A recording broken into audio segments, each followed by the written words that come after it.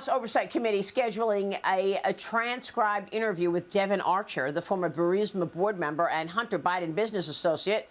That testimony is happening next week. He is reportedly expected to tell Congress that then Vice President Joe Biden joined dozens of his son's business meetings over the phone.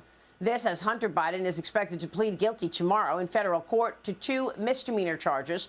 The plea deal likely allowing him to avoid any jail time. Joining me now is Virginia Congressman Ben Cline. He's a member of the Judiciary, Budget, and Appropriations Committees. Congressman, it's good to have you this morning. Thanks very much for being here. Hey, good to be with you, Maria. What can you tell us about this investigation into the Biden family influence peddling and Devon Archer expected to appear before your colleagues? Well, it just shows that the rats are coming out of the woodwork to testify about their friend, Hunter Biden, and the business dealings of the family. It's no surprise to those of us who have followed this for some time, and the Judiciary Committee is waiting to follow the facts wherever they lead. Yeah, I mean, the Justice Department is offering U.S. Attorney David Weiss, who led its investigation into Hunter Biden, for testimony before the House. In a letter, the DOJ writes, quote, "It is strongly in the public interest for the American people and for Congress to hear directly from Weiss." Congressman, I mean, these are two different stories here. Did he have the authority to lead this investigation or not? Well, that's a good question, and we're going to ask all the questions about Hunter Biden's family, but more importantly, the fact that they have resisted providing any information about Hunter Biden, respond to any subpoenas. They think that they are a rule of law unto themselves. They're not accountable to Congress. Well, the Judiciary Committee sees it a different way, and we look forward to having Mr. Weiss before the committee and asking those important questions that the public have been deserving and demanding answers for many months.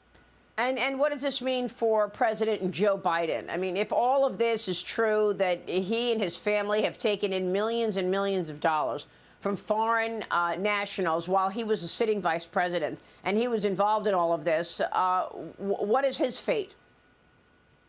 Well, it's the definition of corruption, and the American people have seen it happen in slow, real time and demanded answers.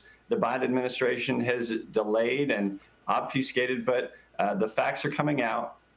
The Judiciary Committee is prepared to follow the facts. Jim Comer's committee is going to get to the bottom of it. And this Congress is working for the American people to provide answers to the American people and hold accountable those in positions of power all the way up to the Oval Office. So are you saying that there could be an impeachment of Joe Biden?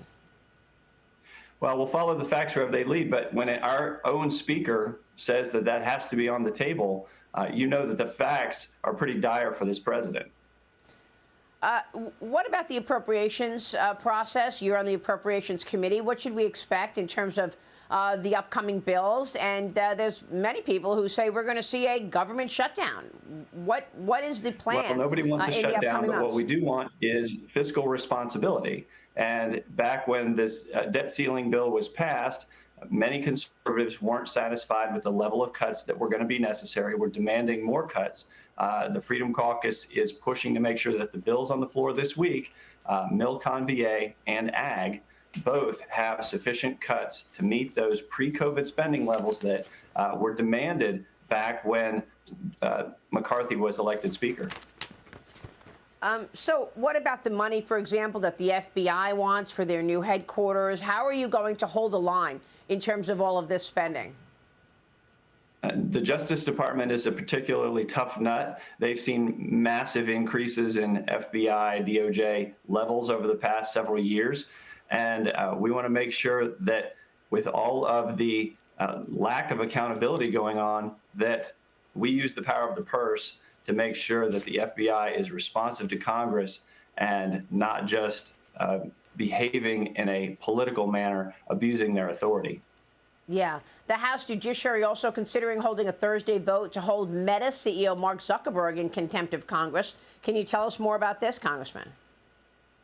Absolutely. We've been demanding not just from DOJ and from the FBI, but from the private sector as well. Meta has been particularly neglectful in providing that information about weaponizing their own business against conservatives to make sure that they work with the Biden administration to censor conservatives.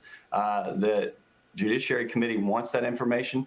I'm chair of the subcommittee on responsiveness and accountability to oversight, and we've been demanding this information for many months. It sounds like we're going to have that accountability, but it's going to be in the form of having to go ahead and censure those individuals for failing to provide that information. Will Zuckerberg come in front of your committee again, or?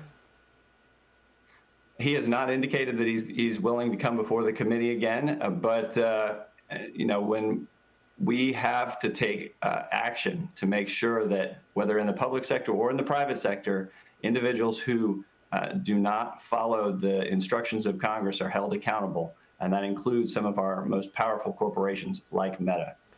All right, Congressman, we'll be watching all of that. Thanks very much for being here this morning. Thank you.